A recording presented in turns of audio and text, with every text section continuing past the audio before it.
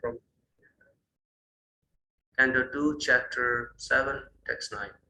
So in this chapter, Brahmaji is describing the incarnations of the Lord to Narada. Yadvena mutpathagatam dijavakya vajra nisplushta porushabhagam niraye patantam tattavat tatvarthito jagati putra padam chalebhe dugdha vasuni vasudha sakalani yena. Maharaj Vena went astray from the path of righteousness, and the Brahmanas chastised him by the thunderbolt curse. By this, King Vena was burnt with his good deeds and opulence and was en route to hell. The Lord, by his causeless mercy, descended as his son by the name of Prithu, delivered the condemned King Vena from hell, and exploited the earth by drawing all kinds of crops as produce.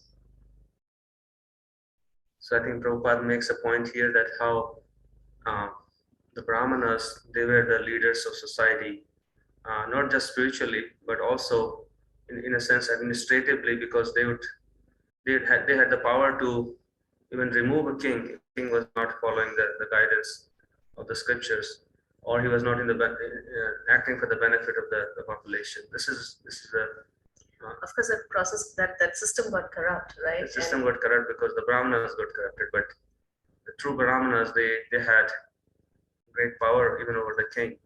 Yeah, and I guess Prabhupada's making a very, very important point at the end of the purport, not at the end of this paragraph. He's saying that one of the reasons why such Brahmanas, of course, there was perfect training and then perfect control over their senses, but they were also not the paid servants of the king. Prabhupada saying such Brahmanas were not paid servants of the king, and therefore they had the strength to dictate to the king on the principle of scripture.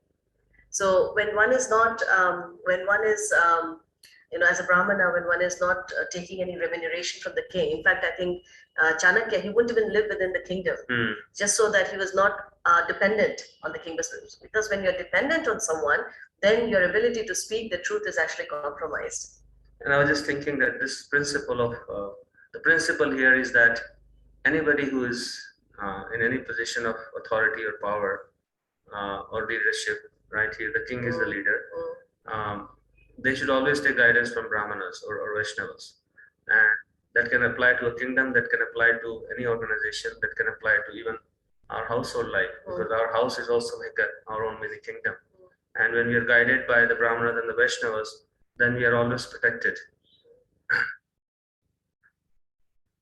Prabhupada, this is another important point he's making. The long life, obedience, good reputation, righteousness, prospects of being promoted to higher planets, and blessings of great personalities are all vanquished simply by disobedience to a great soul.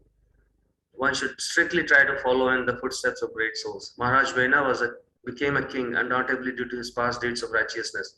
But because he willfully neglected the great souls, he was punished by the loss of all the above mentioned acquisitions. So again and again, we see that in the Vedic paradigm, this quality of obedience and good behavior. It seems to come up.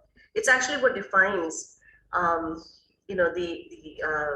Vedic culture, to the extent where it almost feels like unjust. Like for example, we were talking about that a few days ago, that we hear about all these great personalities, these great women.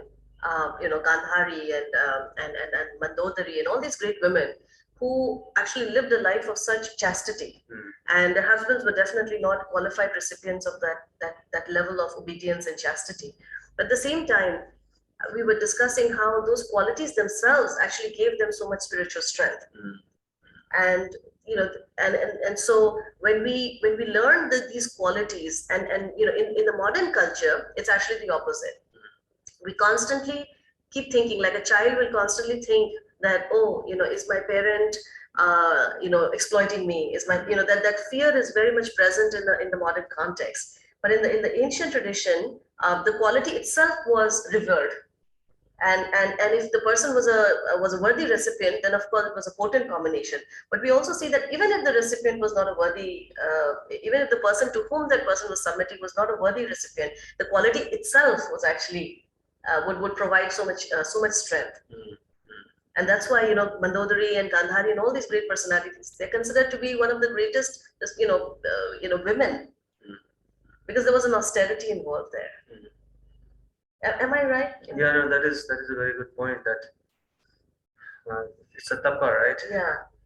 And the tapa elevates you. Tapa elevates you. Tapa of obedience. That's a nice tagline. Tapa of obedience. Yeah. Text 10.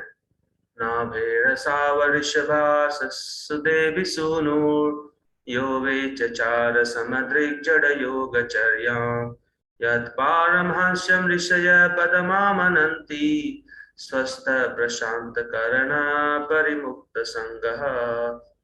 The Lord appeared as the son of Sudevi, the king of King Nagi, and The was wife known, of King Nagi. the wife of King Nagi, and was known as Rishabdev.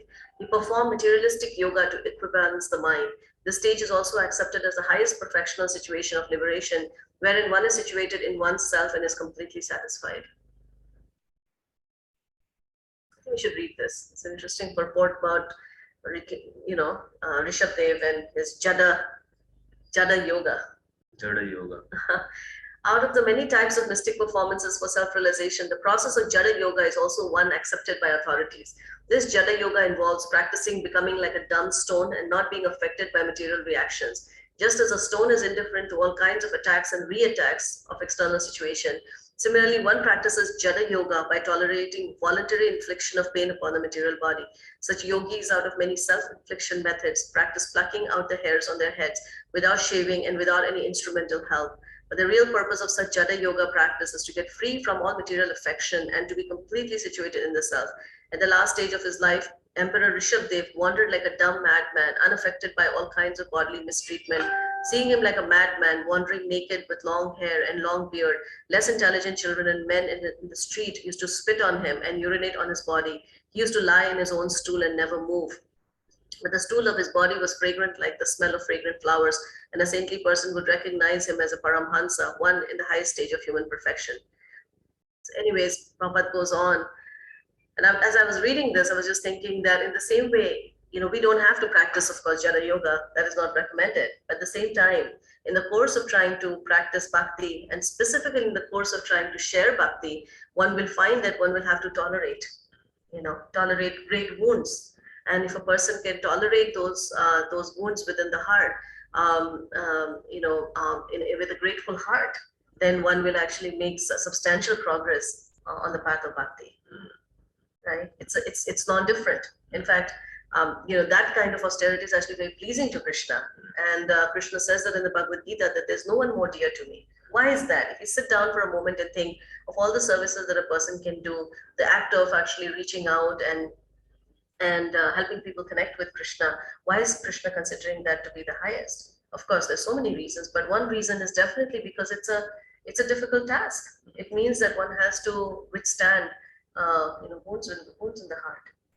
Yeah, I mean the path of preaching is basically a path of thorns, walking on the path of road of thorns. Bhaktisiddhanta Saraswati Thakur says that it's actually walking. And then I remember one time we went to this Parliament of World Religion, and there was this person from South Africa. Do you remember what his name was? I don't remember. Yeah, it was a Very famous person. Very famous person.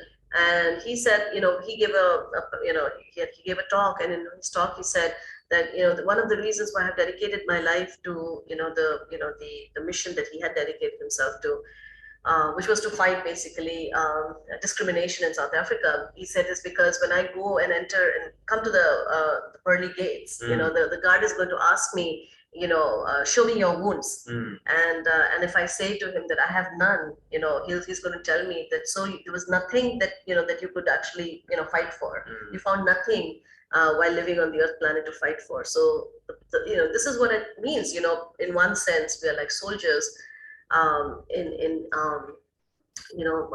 Bhakti Tirtha Maharaj uses the word spiritual warriors. So we are like spiritual warriors. Warrior means that there has to be wounds.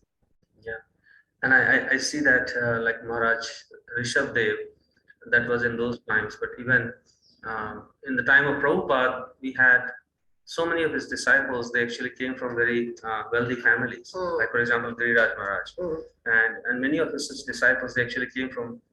And when they joined Prabhupada, you can see that they were, in a sense, practicing Jada Yoga, living a very, very simple life in the Bowery and in Haight Ashbury. And and living in conditions that their parents could not have imagined. And many parents actually came to Prabhupada and said that please free my child. And when Prabhupada gave them that option, they said no.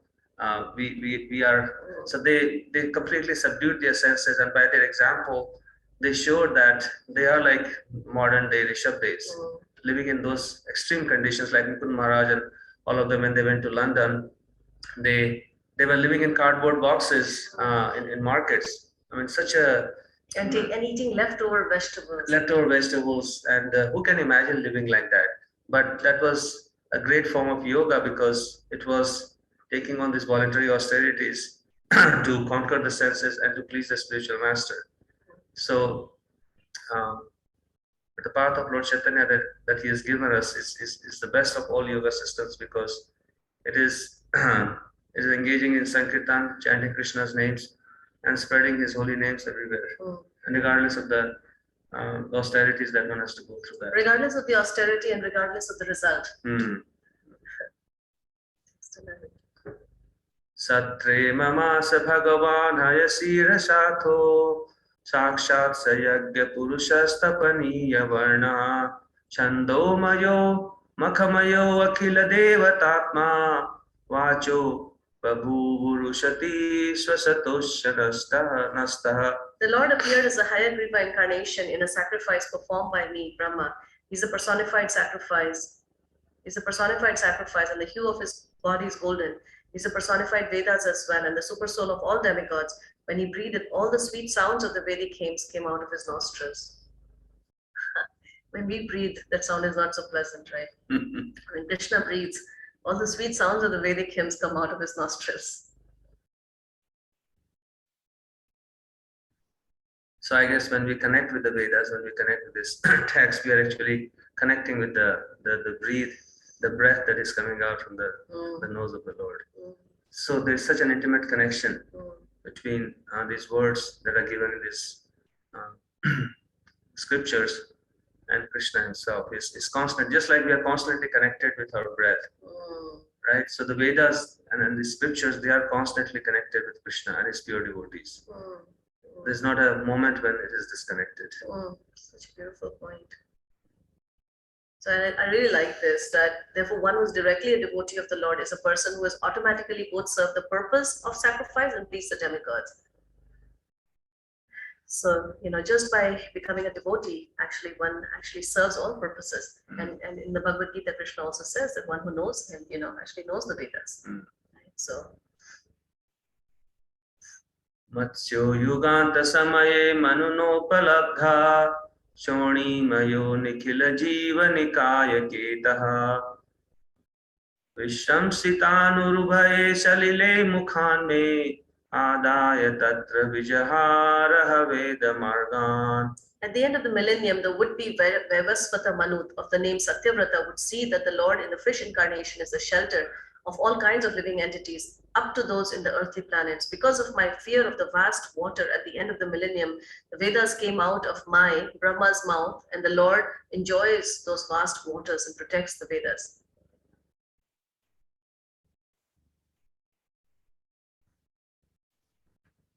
So I guess here we can see Krishna's commitment to protecting the Vedas, protecting this knowledge. This knowledge is so dear to Krishna that he appears in so many different ways to protect the knowledge. He comes to restart the parampara, as he says in the Bhagavad Gita, evam parampara praptim. So his constant focus is to protect the Vedas, preserve the Vedas, and spread the Vedas. And when we engage in the same activity of doing that, like the Gomatsya project, where we are trying to preserve the Vedic texts by spreading them, then this is like participating in a pastime incarnation of the Lord. This is not different by doing that.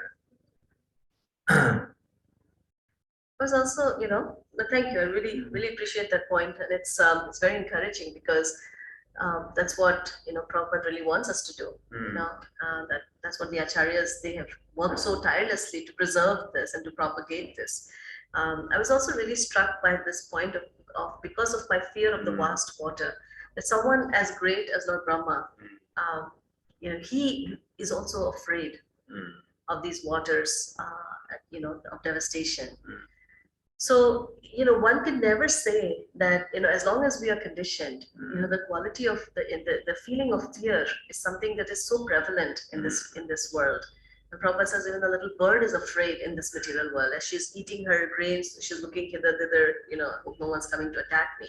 So in the practice of bhakti also, we find that we do feel vulnerable.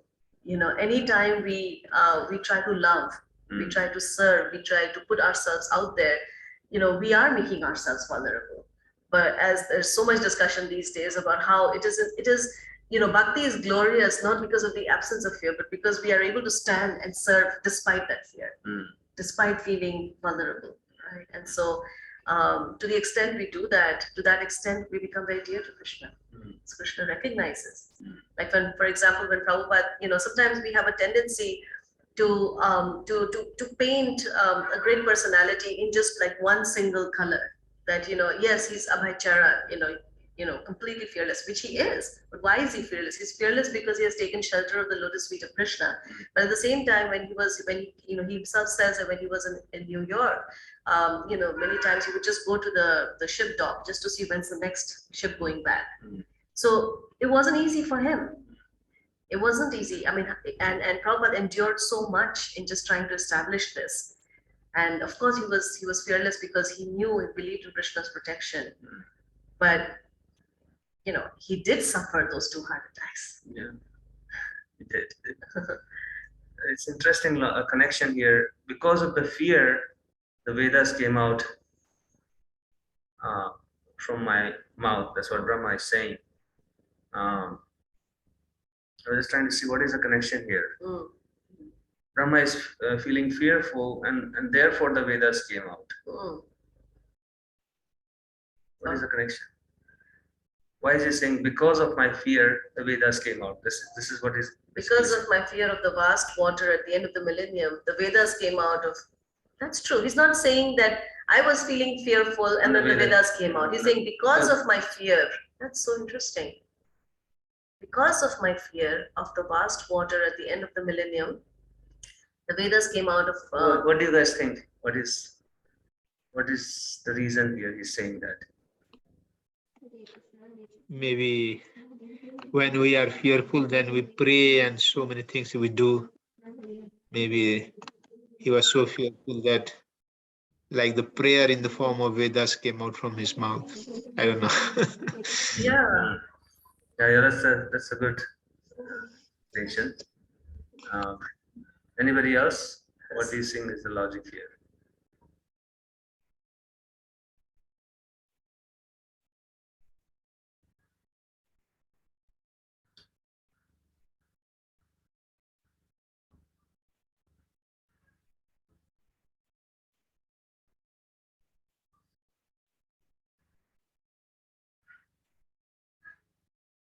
Anybody would like to share?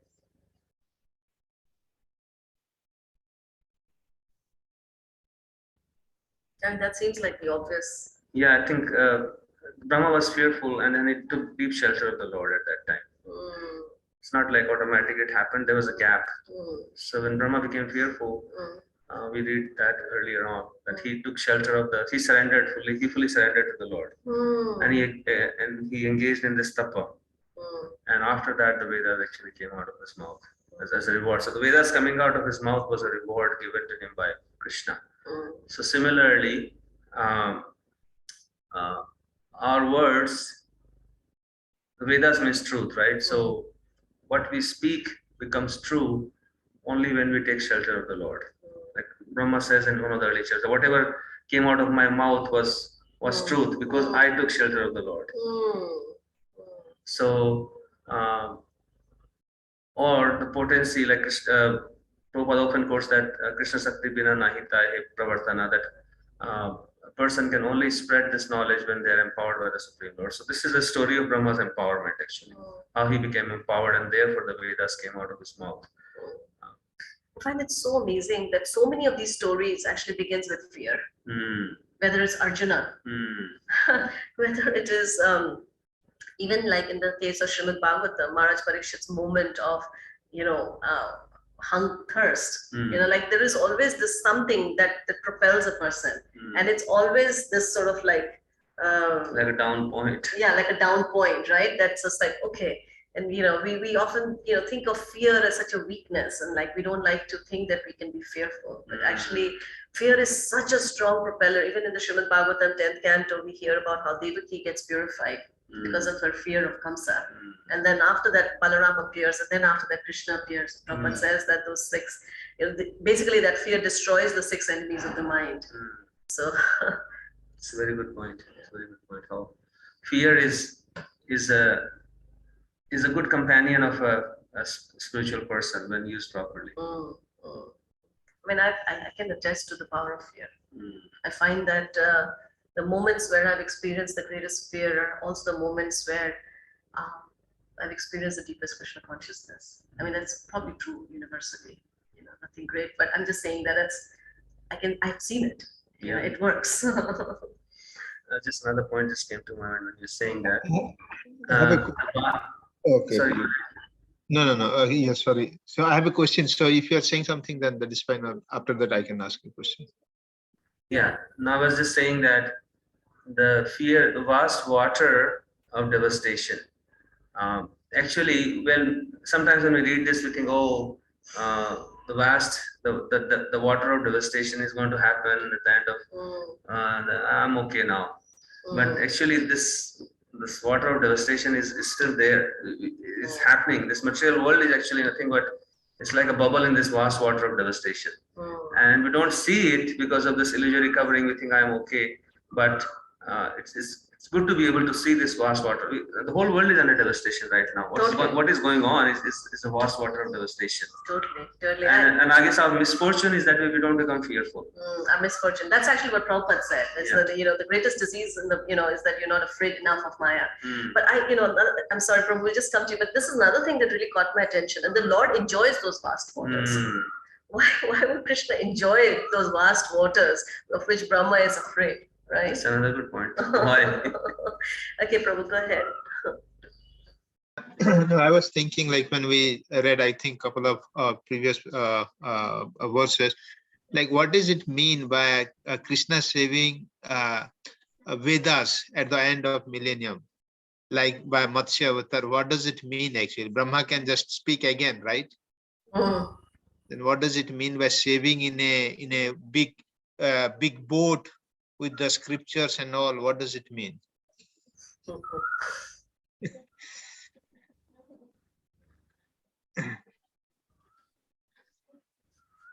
Krishna can do anything, but he still chooses to do it in a dramatic manner. Everything he does is like, it has so much of like this style, right? That, I get a boat, and then, the whole thing is just so fascinating. Does he really need to do that? Become a Matsya, and then pull the boat. Like have King Satyavrata collect. Like, does he really need that? Like, okay, we need to save these different species, put them on a boat, and then I'll appear as a fish, and then I'll pull it through the waters of devastation. Like, does he really need to? And then does he really even need to lift the Govardhan hill to protect the residents of Vrindavan? Why does he do what he does? For one thing, I find him to be a very sort of like a very stylized person. Like everything he does is like with a flair, Like you talk about it, like, okay, this is he could have lifted the Govardhan hill on his right hand. Why his left pinky?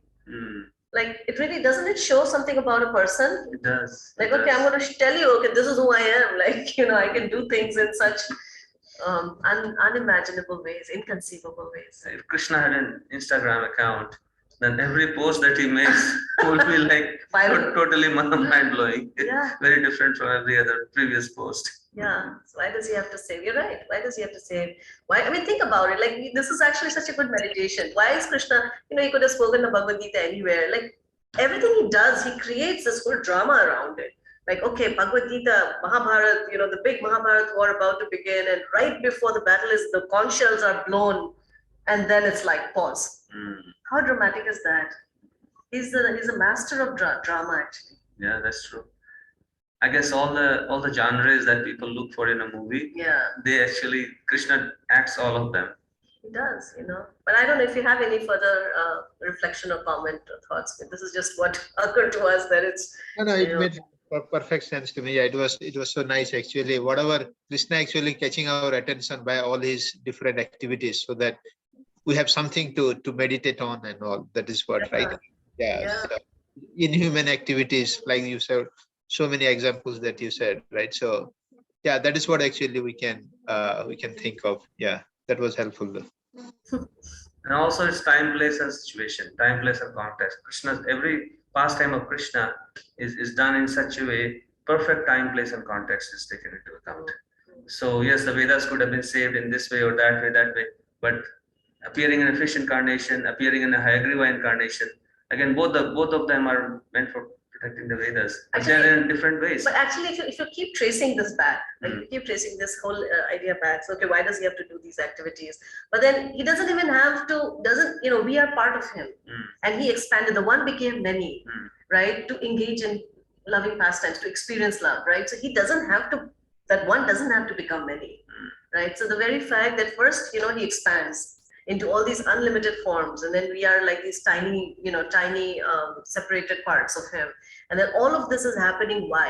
You know, so just so that he, you know, there is this exchange of rasa. Mm. And so these pastimes are also the highest manifestation of this exchange of rasa. Mm. And yeah. And she'll go ahead, you had a hand up. Hare Krishna Prabhuji Mataji. So, two things. First is a small realization, again, stating the obvious, but small. This whole Matsya Avatar is, and whatever we call it as like the king of all the dramas and all. Is it because of, like, as Prabhuji said, because of the context, like Brahmaji was fearful of the water, and he was like actually showing, okay, how can I enjoy all the water and how can I save you? Like if a child is scared of height or doing something like a cracker, like, father, what does it? He say, okay, let me show you how it's done, and it's not.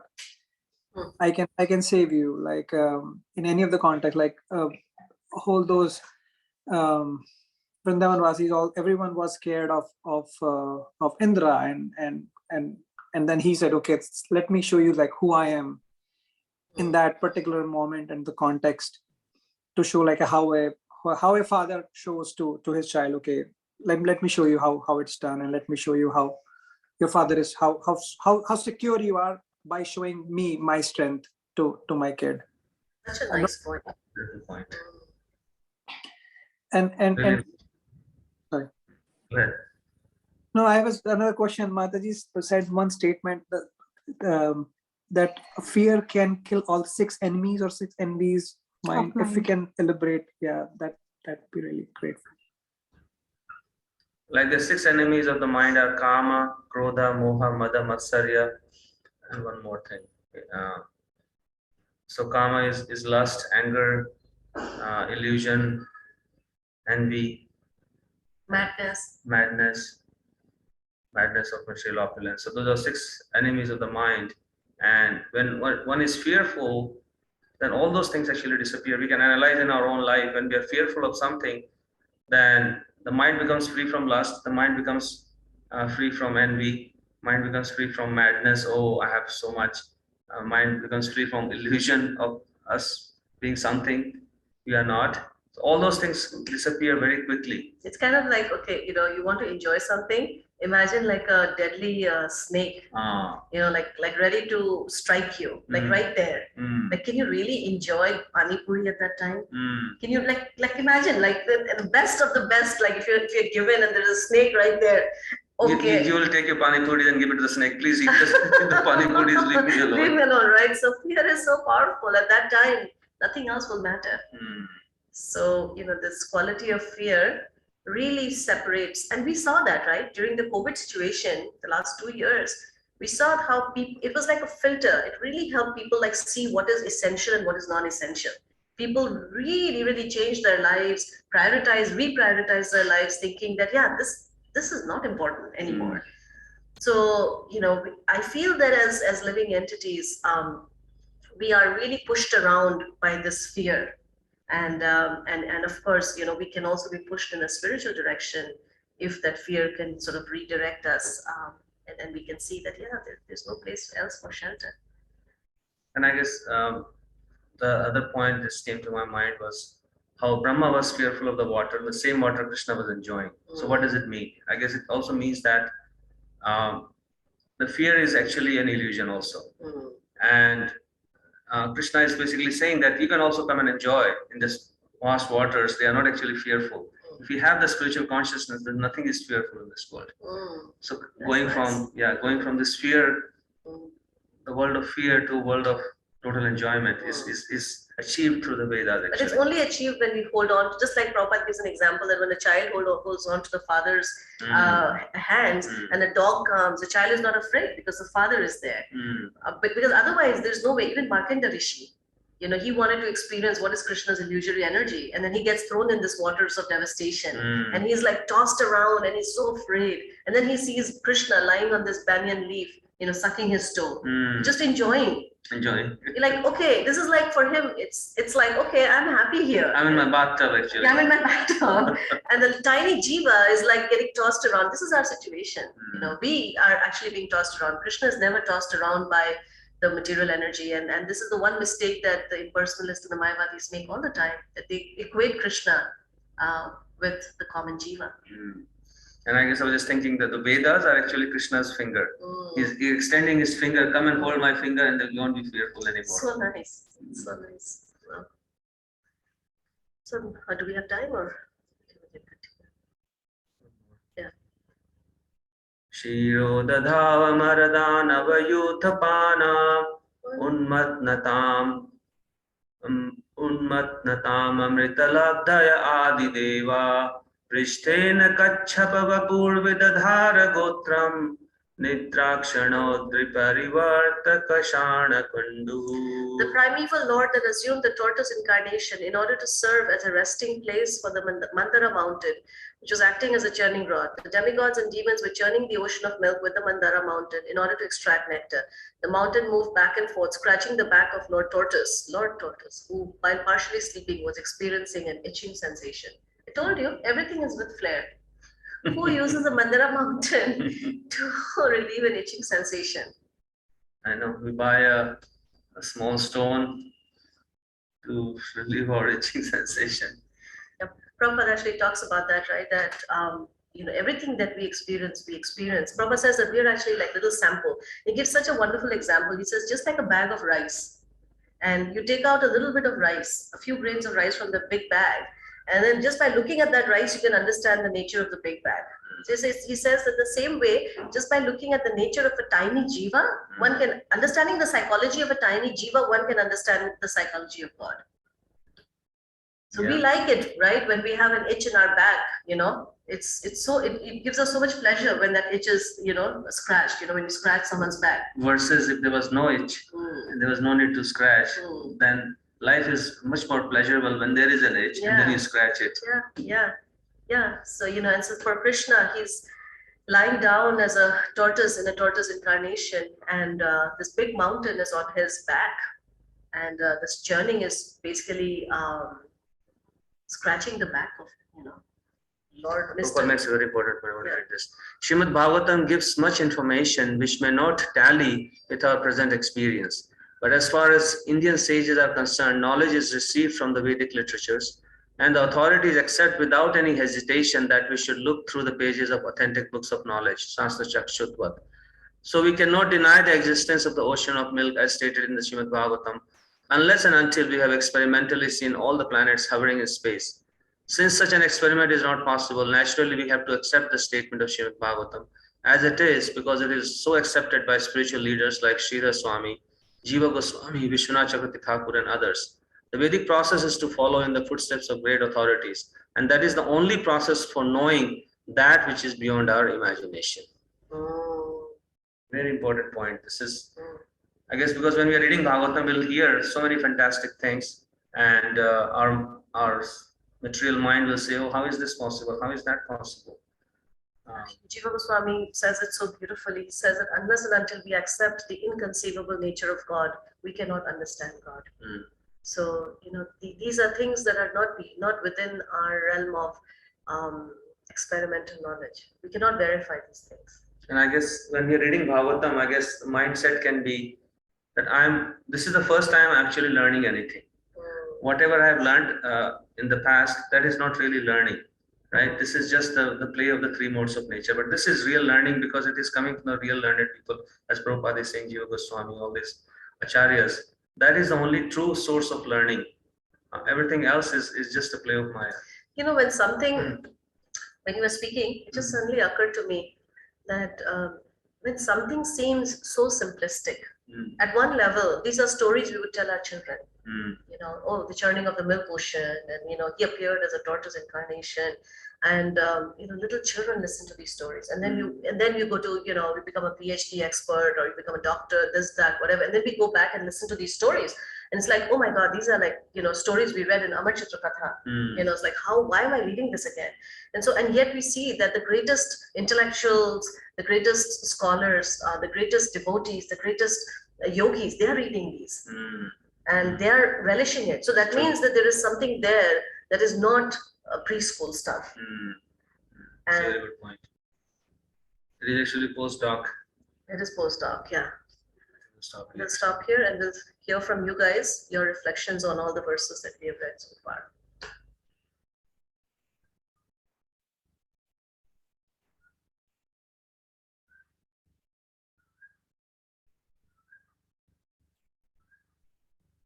It's a good idea to go around and just sort of share our realizations and our reflections. So that the Vedas can come out of your mouth.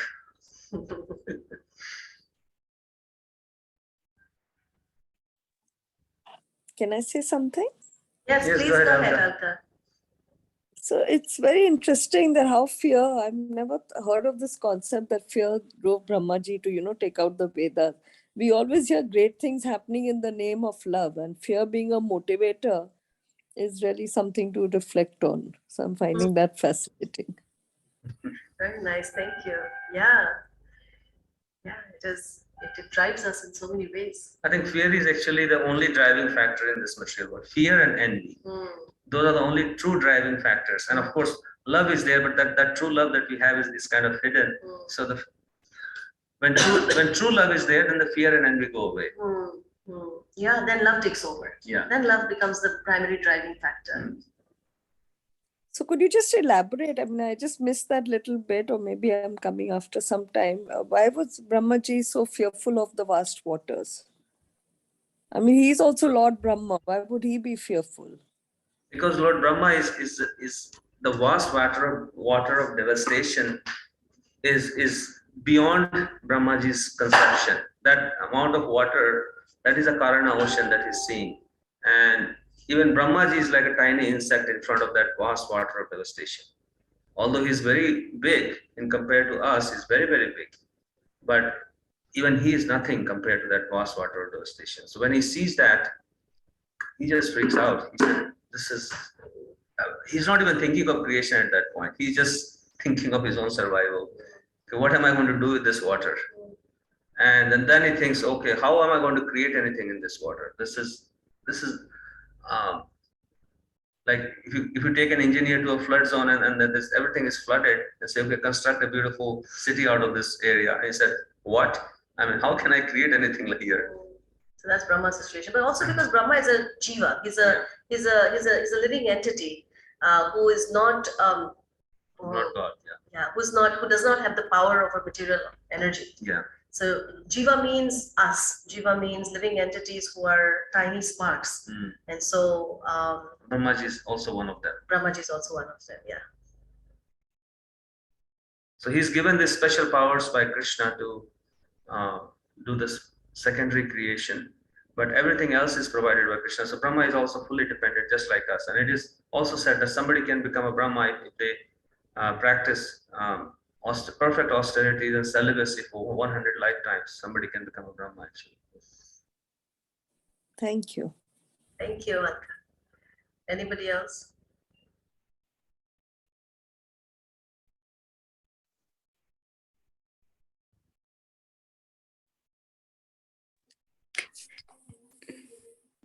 Hare Krishna, Didi and Bhaiya. So I really like the whole discussion. And when we were talking about the behavior part, I was reading that how uh, uh, our pious activities are actually diminished by bad behavior, right? So, and it is so important. And recently I was hearing a lecture by Amrendra Prabhu, and he told the story which I really liked. He said that there's a senior devotee, and then the senior devotee trained the junior devotee. And then after a while, the senior devotee is visiting the house of a junior devotee, and the junior devotee has made a vast preparation to honor him, a lot of different food stuff and different variety. And then what happens is, as soon as he serves the food, the senior devotee, he mixes all of them, and then he starts eating it with both the hands, and then it's slurping out of his mouth, and then it's falling, and then in a very untidy, and like it's not a proper etiquette of eating, especially by a devotee. And then he didn't even say his prayers, he didn't even wash his hands, and then he's doing all kinds of nonsense. And then so this devotee is not able to understand what is he up to, but he's doing his activity, he's serving him very well. And then after the food is done, he touches his feet, and then he gives him a dakshina. So I think dakshina or something, he does something. And then so this devotee, he smiles and he says, you didn't question me that why was I doing all of that, right? Like or maybe I didn't see any iota of difference in your behavior because of that. And he said, I don't know, that's not my job, right? Like my job is, because you've trained me so well. And so I was thinking that how and then he said, and then the senior devotee said to the junior devotee, I actually came to test you. And after that, Namrendra Prabhu was pointing out that how the external energy or the internal energy, anything can come to test us, because the, and he'll use somebody as an instrument. So we should always be prepared, and we can always choose to associate with that person or not, but the behavior has to be good.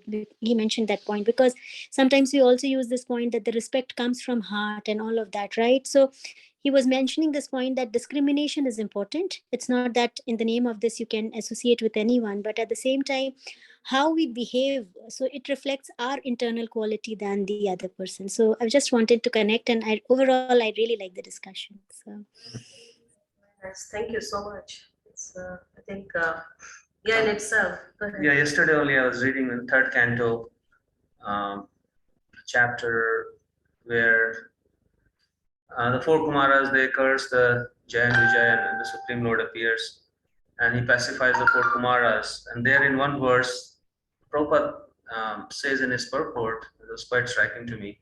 He says there are only two most important things for us to consider. He said chanting the holy name and pleasing the devotees.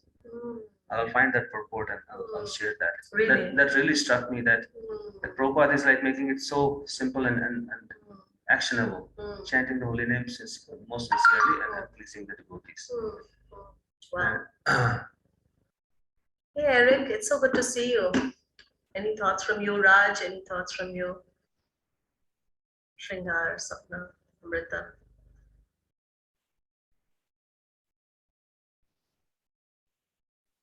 Hare Krishna Di, Hare Krishna Prabhuji. Hare Krishna. I really like one word that you used.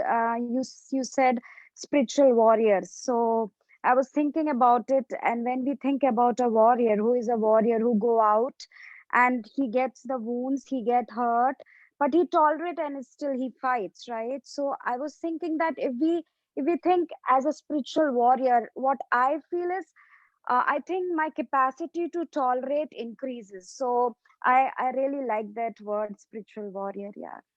Thank you, Shuchi. Thank you. Thank you for that beautiful reflection. Yeah. Yes. And that's the, and that's very pleasing. And Prabhupada, if you see his life, Bhaktisiddhanta, they tried to kill him. All our great acharyas, they've endured. Bhaktivinoda Thakur, there was a tantric, someone who practices black magic, who tried to actually destroy his family. And and they all fell sick. And they all fell sick for many days. And they wanted Bhaktivinoda Thakur to change his, but he did not. So we see that, my goodness, all these great acharyas. I mean, they've endured all kinds of, persecution. Haridas Thakur, the list goes on and on. Jesus Christ, Mm.